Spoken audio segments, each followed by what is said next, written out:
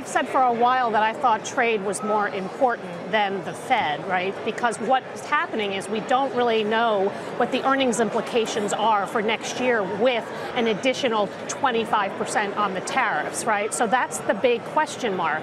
So you can say the market is cheap all you like, but if we have new tariffs come in, earnings have to come down, probably in the 4 to 5% level from the 9 to 10% level.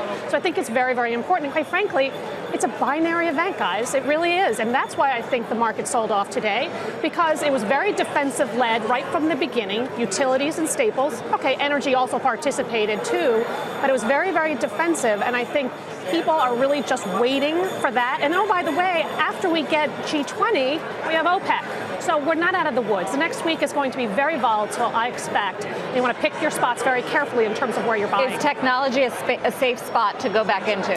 Technology, the companies that have already reported, yes. Because what I've been doing is anyone that has really strong fundamentals, but the stocks are down from where they reported earnings, and earnings actually went higher, like Cisco. So I bought a bunch of Cisco yesterday. I think Salesforce is interesting. It's just not a cheap stock, right? So you have to kind of pick your spots there. But I think Microsoft, I think Intel's pullback today is very interesting as well. So I'm also even looking at Facebook because it seems to have stabilized, and that stock is quite cheap.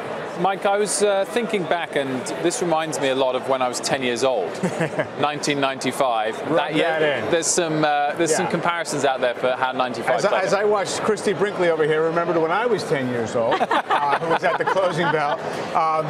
Yes, so this is a little bit of a theme that's come up with some strategists, hearkening back to this experience in the markets of 94, 95. And by the way, it's a very bullish story if that's the way it plays out, but you can never tell if it is. 1994, the Fed hiked rates very aggressively. The overall stock market went sideways the entire year, 2 10% corrections, just like we've had this year. And then right at the end of the year, as the Fed seemed to signal it was just about done, yes, there was one more December rate hike that year, the market took off to the upside. Essentially, multiples got rebuilt. Now, Treasury yields in 1995 went from 8% down to below 6%. Different environment in terms of that kind of a tailwind. But I do think there's a case to be made that all the market needs to feel is that the Fed is going to be a little more wait and see. And I think that's about the next couple of months to figure out if that actually has any. Did you get that as an investor from Powell yesterday?